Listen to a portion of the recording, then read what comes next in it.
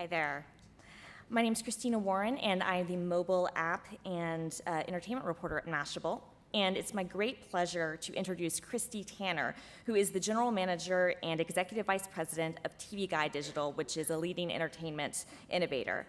Christy is responsible for the company's strategy and leadership in its sales, technology, business development, product development, marketing, and editorial teams. She's previously worked at the Washington Post Company, Reed Elsevier, and Wolters Kluwer as a digital business developer and a marketing executive. She also served as a reporter and editor for the Associated Press and the Memphis Connected Appeal. She has tons of interesting experiences in entertainment, including her most traumatic experience, which she says was seeing The Last Tango in Paris with her parents at age 13. I know that'd have to be awkward, wouldn't it? All right, so today I'm really excited about this. I think this is going to be a fantastic presentation. She's going to be speaking to us about the truth about social TV and the relationship between social media and the entertainment industry. And after her talk, I'll be sitting down, we'll be talking, asking a couple of questions, and then discussing the topic in further detail and asking you guys to ask your questions from Christy. She's fantastic, so let's welcome her to the stage.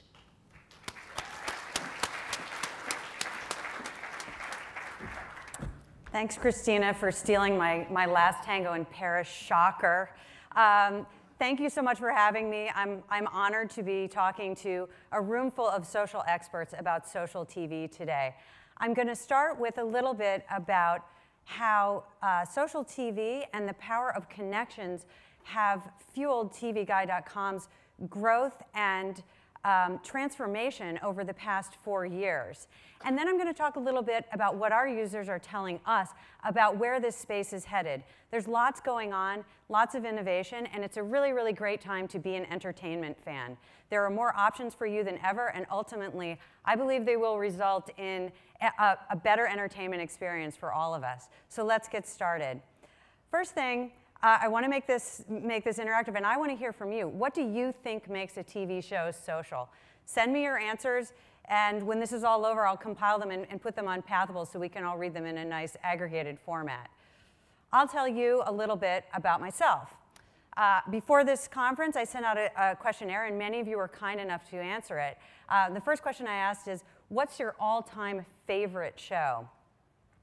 Mine is The Wire.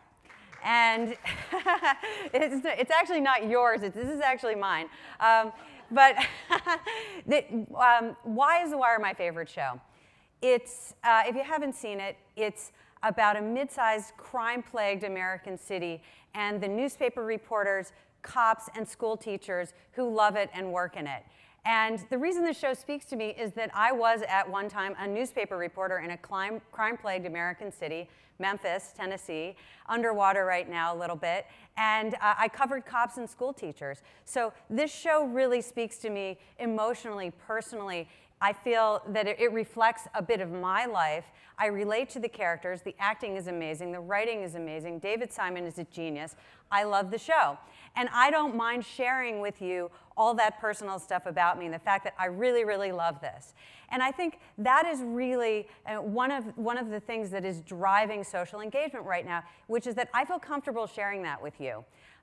This is an area that's safe for me to talk about. It's not politics, it's not Middle East peace, it's a lot more exciting than the weather, and it's something that I can engage with pretty much everybody on the planet about, except for my neighbors on the Upper West Side of Manhattan, who all claim to not own televisions, unfortunately. So what are your favorite shows? A very diverse group, and these are only 4 of the shows, but it represents some of the diversity of taste out there. Everything from Buffy the Vampire Slayer, Seinfeld, Cheers, 24, and the list goes on. We couldn't actually pick one sort of top favorite show in this group because there were only a couple shows that had more than one person who said it was their favorite show. And one of those was Buffy the Vampire Slayer, so surprised there weren't more of you out there. But I think what this demonstrates is really that People and their favorite shows are like snowflakes, and no two are the same. And this plays out time after time, not just with this group, but with focus groups that we do of our users. If we ask people, what are your 5 favorite shows of all time, no two people will be the same. It's incredible. And I think it also demonstrates how hard it is actually to target people with advertising for television shows, because there really is no accounting for taste. I also asked, what's your favorite show right now? Mine is Justified. Happy to tell you at lunchtime or the break why I think this is an incredible show. Your current favorites are Fringe, The Office, Breaking Bad, and Californication. But again, this is only just a small representation of the diverse set of shows that you like. So let's talk a little bit about TVGuide.com and how we've fueled our growth through the power of social connections. We've grown to 23 million uniques in the last 4 years. Huge team effort, and it really has been driven by the effort that we've put into making connections with users, listening to them and giving them products that are cool, useful, that they want, and doing more of the same. One of the cool products that we've launched is a full episode guide. So we offer 225,000 full episodes on our site from over 120 sources of video. So think Hulu, but with about 100 more sources of content. Everything from abc.com to hulu.com to Funny or Die videos.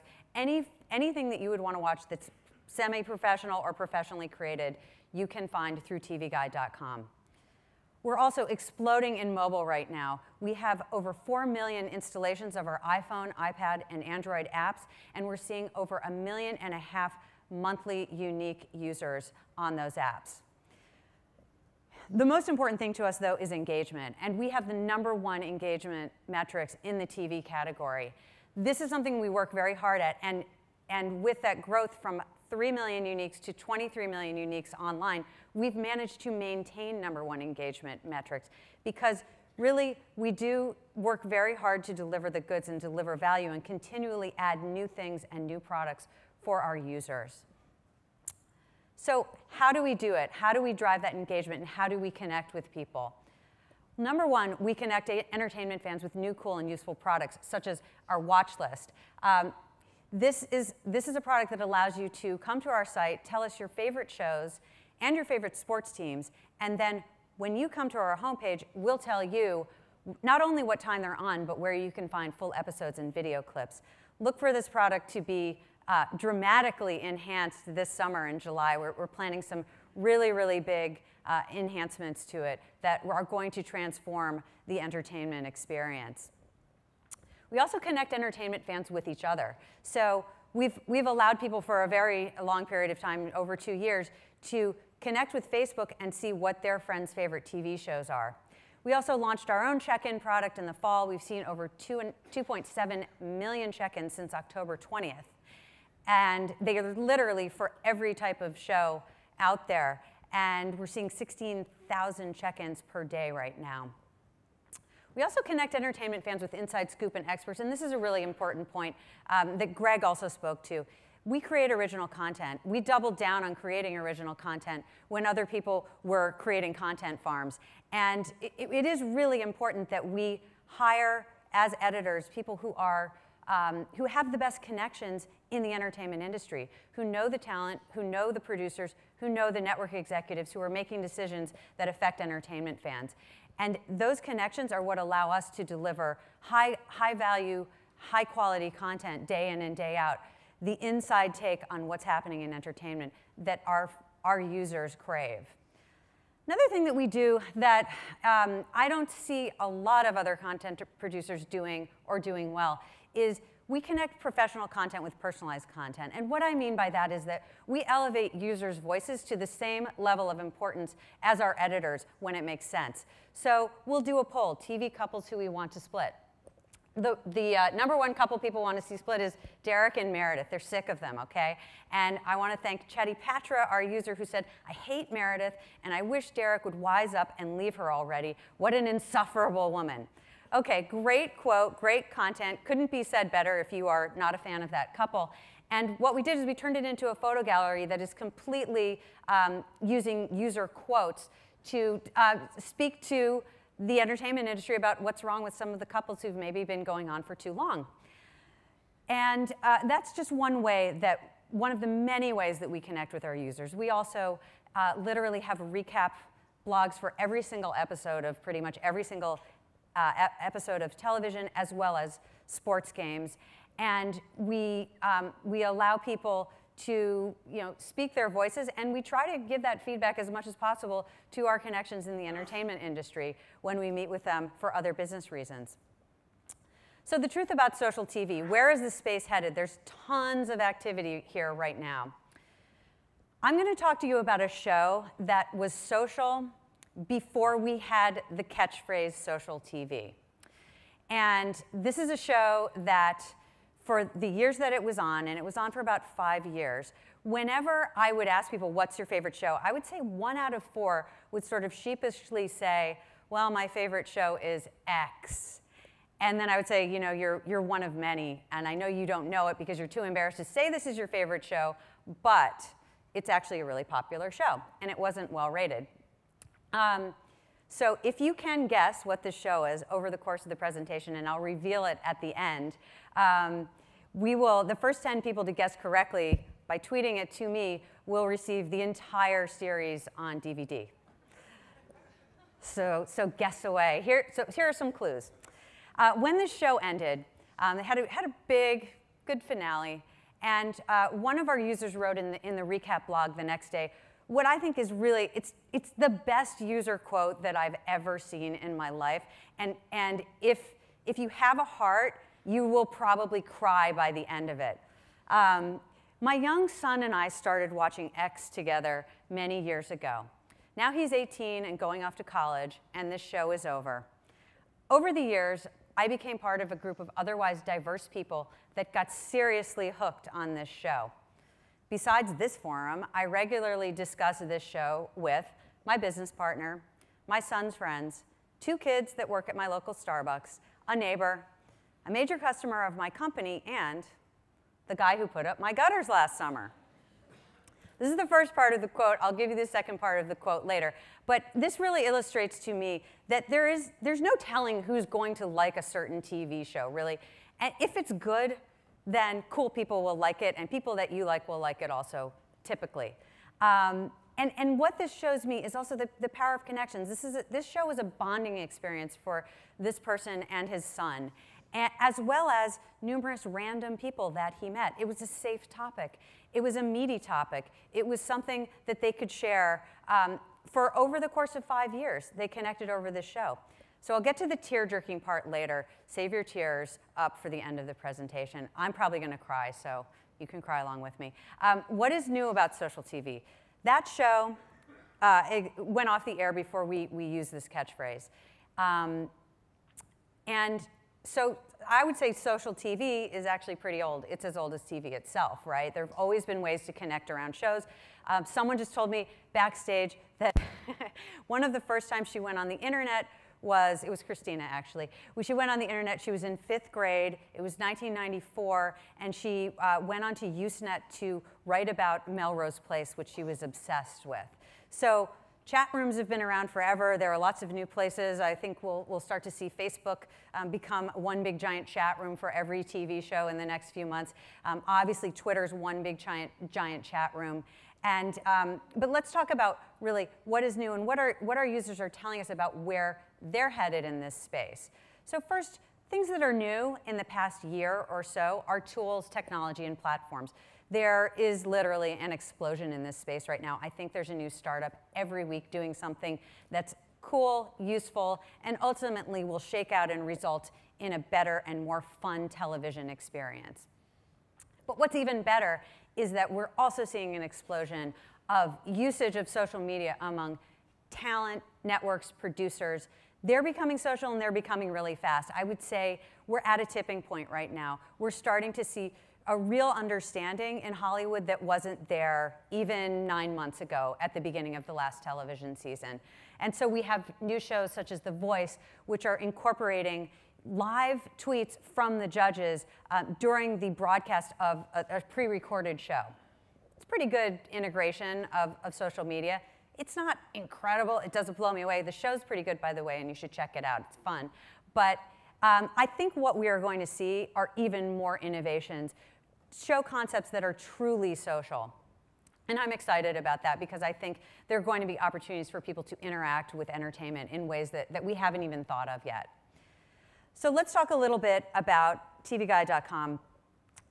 One of the things that we have found is that the most social shows are not the highest rated shows. So we took, we compiled check-ins, comments, and Facebook likes from the different shows on our site. And we ranked them in a top 10 list, which is on your right. The Nielsen rankings are on your left. And so what we found is that only 3 of the most social shows are actually in the top 10 of the Nielsen ratings. NCIS, American Idol, and Criminal Minds. Okay, they're the most popular shows on TV. It makes sense that they would be social. Or maybe it doesn't make sense. Do you think that, if I asked you before I showed you this, do you think NCIS watchers are social? Would you have said they're the most social people? Maybe not. But in fact, on our site they are. And, but what's more interesting, I think, is that the number 4 most social show is Glee. And it's only rated number 36 in the Nielsen ranking. So is anybody surprised by that statistic? Did you think that Glee actually had higher Nielsen ratings than number 36, given the amount of buzz that it gets? It's somewhat surprising. Everything else, look at the numbers. The blue numbers show what their Nielsen rankings are for the season. Smallville, 9th most social show, is ranked 185 on this list. And I think the really important takeaway from this is not that there isn't a correlation. It's that there's a huge opportunity here for people in the entertainment business to harness the power of social media and turn that into Nielsen ratings. Ultimately, the people who figure that out in Hollywood will be the entertainment leaders of the next generation.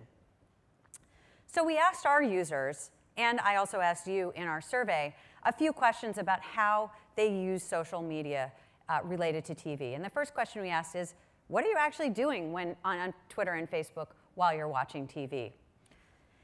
And TVGuide.com users, 50% who use Twitter while they're watching TV said they're actually talking about the show that they're watching. A large number are just doing something else. On Facebook, 35% said they talk about the show that they're watching. And I think there are some obvious ways that speaks to the difference between how you update your status in Twitter and how you update it in Facebook. But what is interesting is that MashCon users, a much higher proportion of you are actually talking about the show that you're watching. So you may be leading the social TV market here, and the mass market will follow you. But I would say that the mass market will follow you when shows become more social in their concepts. The second question we asked is, when do you talk about your favorite shows on Facebook and Twitter? And I think this is a little bit surprising, given all the talk and buzz around the second screen experience right now. What we found is that the majority of people are talking on Twitter and Facebook before and after the shows, and that during the shows, their usage actually goes down. And that rings very true to me, because what we hear a lot is that people who live on the West Coast, for instance, will do a social media blackout during East Coast primetime so that they don't learn the exciting plot developments, who kissed who got killed, who got kicked off The Bachelor, before they have a chance to consume it on their own time at their own pace. And I think that using social media during shows lends itself better during certain types of shows than others. So reality shows obviously lend themselves really, really well to this. But not all scripted shows do. And actually, I personally find that half-hour comedies, I can't have any interaction with social media, or I can't even multitask during the half-hour comedies that I watch, The Office, 30 Rock, Californication, things like that, because I miss the jokes. And then I have to rewind it 6 times, and my husband gets very angry about that. So interesting takeaway. But again, MashCon attendees, yes, you are talking more on Twitter about your shows, which sort of syncs up with the last question. The other question we asked is, so this is kind of leading from that last takeaway about social media blackouts during television. What we asked people is, are you watching more live TV to avoid spoilers? And 20% of the respondents in our survey said, yes, I am watching more live TV because spoilers on social media are ruining my life. So therefore, I'm literally sitting down to watch a show at the time that it's supposed to start. It's a very interesting series of behaviors and something that it will be important to the entertainment industry going forward because, as we all know, watching television shows at the time that they come on is still what the business model of television is founded on. And until something major happens to shift that business model, live television viewing is going to be very, very important. This is also fascinating. How do you interact with content creators on Twitter and Facebook? 70% of TVGuide.com users said they've retweeted celebrities, but 68% said they've replied to celebrities on Twitter. And I think that's amazing.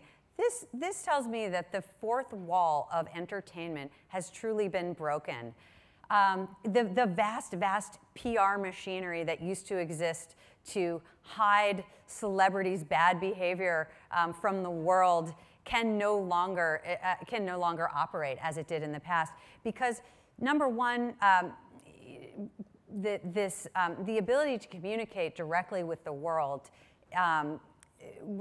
from the celebrities themselves, but also for the fans to communicate with celebrities, has been opened up. And I think this is a good thing for everybody. I think this is good for the quality of TV and the quality of entertainment. What we see day in and day out are, fans tweeting the showrunners of shows saying, yeah, I really find this certain character annoying, or why don't you break this couple up, or I loved what you did when. And the smart showrunners are listening to the fans. And the reason they're smart is because that will help keep their shows on the air and higher rated for longer.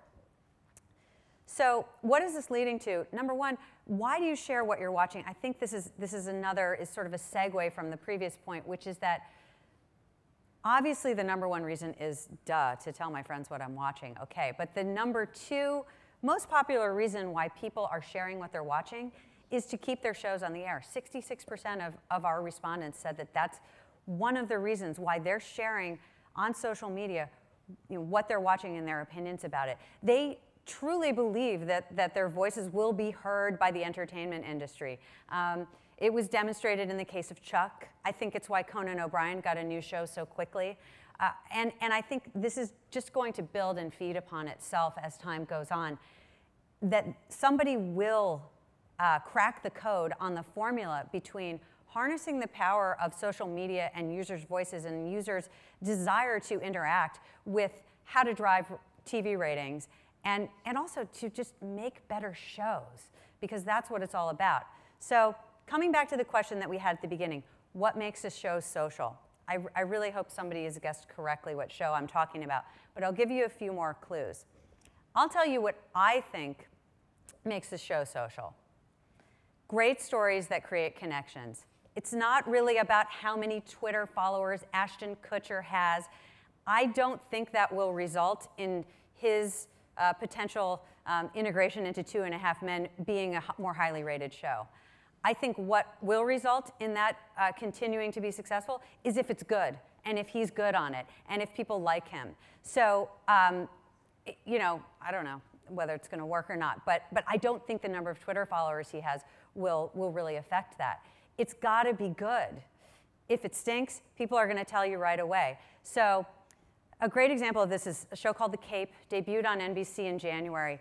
At the time it debuted, this picture is ridiculous anyway, but at the time that it debuted, it was the 4th most checked in show on our site.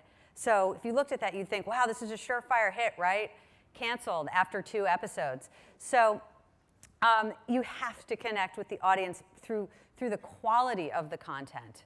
And so going back to my #1 TVGuide.com user of all time, the most eloquent person in the world, who tugs my heartstrings every time I read this, and I've read it about 800 times. So he talked about how he and his son watched this show, and then he connected with his neighbors and friends and Starbucks baristas over the show. And he ended his comment by saying, "I've so enjoyed reading the comments and predictions of the posters here. It makes me curious about who and where all you guys live, what your, quote, real life is all about, and are you as melancholy as I am today?" This is the part that makes me feel sad, because it also actually makes me think about, I used to watch Hill Street Blues with my dad every Thursday night when I was growing up. And that was something that was really special for us. I now have a 6-year-old and an 8-year-old, and we had a family vacation in February. Over that vacation, we watched a different Harry Potter movie every day. And I think we'll always remember that part of that vacation, because we were immersed in that entertainment experience. And this is what is so special and so powerful about television, its social connections, and its ability to really change the entertainment industry that we have right now. It's emotional connections. It's connections that people create with each other around that content. And it can't be said enough that Battlestar Galactica is the pre-social TV, in my opinion, most social show of all time. So whose guilty pleasure was Battlestar Galactica? I knew it, yeah, I knew you'd. Surprisingly, not that many people said that in the survey, but I know that's because some people think it's not cool to be a sci-fi nerd, but it's cool, trust me. So who watched Caprica? Anybody? Yeah, okay. It's gone too soon. So we can talk about that later. Great stories that create connections. That's what's most important in social TV and entertainment going forward. I can't say it enough. So what's next for social TV? I have 3 predictions for you. #1, I think show concepts will become more social. I think we'll see some shows this fall that will really, really be incorporating social media in a smart, innovative, and entertaining way. Social behavior will become professionalized. We are going to see requirements that you tweet and payments for tweeting being written into talent contracts, and they are doing it already. So the trick there will be to maintain authenticity. It's not something you can offload to your assistant and truly be authentic and do a good job. The celebrities have to learn how to tweet. Showrunners have to learn how to use it themselves, or ultimately they will be failures at social media. It cannot be outsourced. It cannot be given to somebody else. And #3, and this is the final point, I think social entertainment will finally make Hollywood digital. Hollywood's not very digital. I've sat in the offices of marketing executives who said, "Oh, I gotta get on this Twitter thing. How do I sign up for it?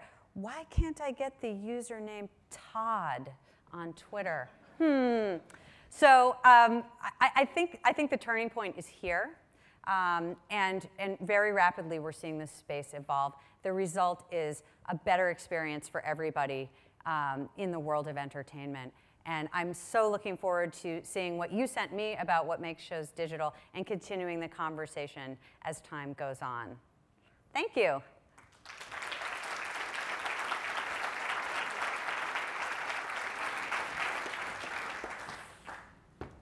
That was amazing. Thank you. And thanks for telling everyone about my Melrose Place obsession as a kid. What do you think is the show that's doing the best job of engaging with their fans online right now? Well, I think The Good Wife is doing a great job right now. If anybody paid attention to CBS Tweet Week, it was really started by the Good Wife writers, who started live tweeting during the show's episodes about why they had a character do something, and actually, really engaging with the audience, who were sending them questions. There are lots. I mean, that's just one example. So there are lots and lots of shows and networks that are doing an amazing job of innovating in this space. But The Good Wife is, in some ways, a very old school show that has embraced this medium. And I think it's going to pay off for them in terms of ratings. And that's ultimately really kind of the power of social TV, isn't it? That it can take these older school, more classic programs and bring them into the future and connect them with users and with viewers in ways that we wouldn't have been able to do even 2 years ago. Absolutely. Awesome. Well, we'd love to hear questions from the audience. So we've got two microphones set up. If you guys would like to just come up and ask Christy a question about social TV, we'd love to hear from you. No one? We've got some people, great, awesome.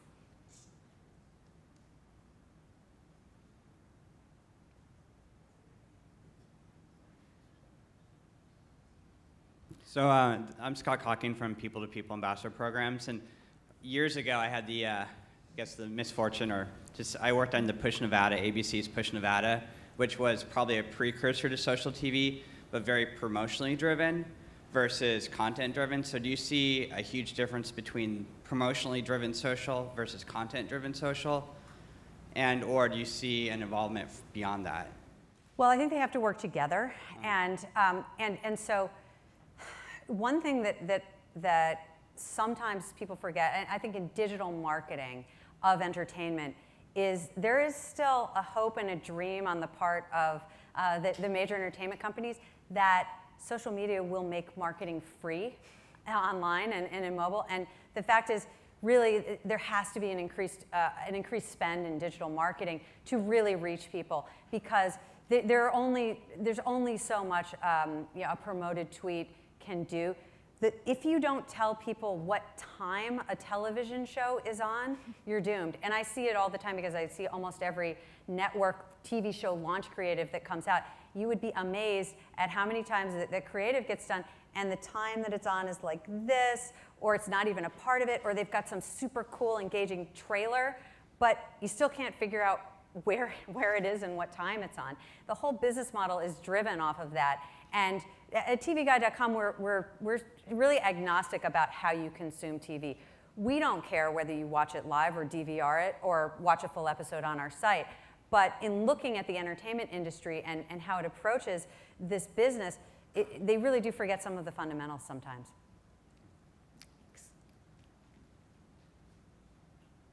Hi, Christy. My name is Monica. I'm with a company in Seattle called Intersect. But as I mentioned before, I was a digital journalist. And one thing that happened with the Olympics up in Vancouver was that in the Seattle market, there was this time delay from NBC. So even though the CBC was broadcasting live the Olympics, people in the Seattle market couldn't see it. And so there was enough rage about this in social media that I and others in the Seattle news market ended up writing stories about it. So, and this has happened time and again, but with everything you've said, tell me, is the time zone thing doomed? I do think that the major networks should hire a lobbyist to create a national time zone. And that will solve this social media blackout problem. It's the only answer. There's no getting around it. And it actually is, it's a pretty major logistical problem, right? Especially if you've got something that you're trying to keep a secret. It's a problem, yeah. But the flip side of it is, obviously, we're unfortunately not going to get a national time zone.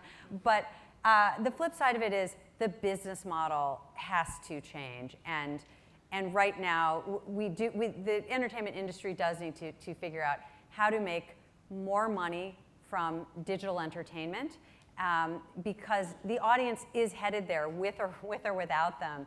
And what will happen is, what's happened in the music industry, what's happened in the newspaper industry. I think people get it. There are enough examples out there that things really are starting to change. Hi, Christy. My name is Karen. I'm from the Telemundo Network. So for us, social media has become something really, really important because we're content development, and looking at the statistics, you see the U.S. Hispanics are over-indexing on mobile platforms and social platforms. So I just wanted to know, just maybe on your end, anything that you had seen from your experience or any trends that you've identified with Hispanics and social and TV. I honestly can't say that I've seen trends with Hispanics in social TV. I will say that one statistic I know is that African Americans are overrepresented on Twitter versus the rest of the universe. But I'm not, Hispanics, I haven't seen anything lately, but I would love to know. If anybody else knows, please send it to us. It would be very interesting. I have information I can share too. So. We'd love to hear it. We'd love to hear it. Hi, my name is Josh Caldwell, and I head up digital actually for Anthony Zeiker, accredited CSI. And so, obviously we're in the business of creating television shows, breaking them in the room, coming up with what are we going to take to CBS. And I'm curious about your thoughts sort of where that idea of making a show social and incorporating that into, you know, the framework and weaving it through that show, that pilot, whatever it's going to be, you know, is that something that is should start in that room, or is it something that ends up being sort of, you know, once the pilot's done, you then go back in and start saying, like, if the future is social, like how, you know, what are your thoughts on weaving that in from the beginning? Yeah, well, I'd love to know what you think about that, so we should have an offline conversation about it. But I don't see how it doesn't start in that room with the writers, and this could be the big turning point for writers. I think that's one of the reasons why you saw the Good Wife writers take off as they did, because they finally have one more outlet to be heard, the much beleaguered Hollywood writer. But I think it has to start with the writers, and this is something that I've seen fairly consistently in a lot of entertainment companies, is that social tends to be relegated to the most junior person on the staff, the temp, the intern, the person who's also answering the phones. And unfortunately, it won't be good if you do that. There are very, very talented temps, interns, and people answering the phones who are actually leading this charge. So I really don't want to downplay their efforts, because they're dragging people along with them into the future. But in order for it to be really good and to make better quality content, I think it has to come from the writers' room, and it has to be authentic, it has to be real, and you can't overdo it. Because the last thing I want to see is, you know, like too much integration. I still want to see a really good show that will stand the test of time, that won't seem dated 2 years from now when somebody's, you know, using Twitter and Twitter's not around anymore, or something like that, you know. Thank you. I love Twitter. It's not going anywhere. I am Jacob Cohen. I head up digital strategy for Wolf Ollens. As you were talking, it sounded like you had some pretty amazing features and functionality on your website. So I went there and I started using it, trying to dig into it and find the features. And so I guess out of that time that I spent, I'm now wondering how soon you're planning to relaunch your website. And I don't mean that to be obtuse. I just simply mean that you have a very clear brand, and it sounds like you have, you know, 23 million uniques is an impressive number to have. And I hope that at some point you'll integrate those features with the quality of your great brand. Well, that's a great question. I would say we're syncing up our mobile roadmap with our online roadmap right as we speak. And by the end of the year, I think you'll see a lot more parallels between the functionality there. At the same time, we're a mature business. We're not a venture-backed startup with $20 million of venture capital to burn. We're actually profitable, and our advertising supports our business model. So keeping, and by the way, we're a joint venture between Lionsgate and JP Morgan's private equity group. So we have some business requirements that we have to meet.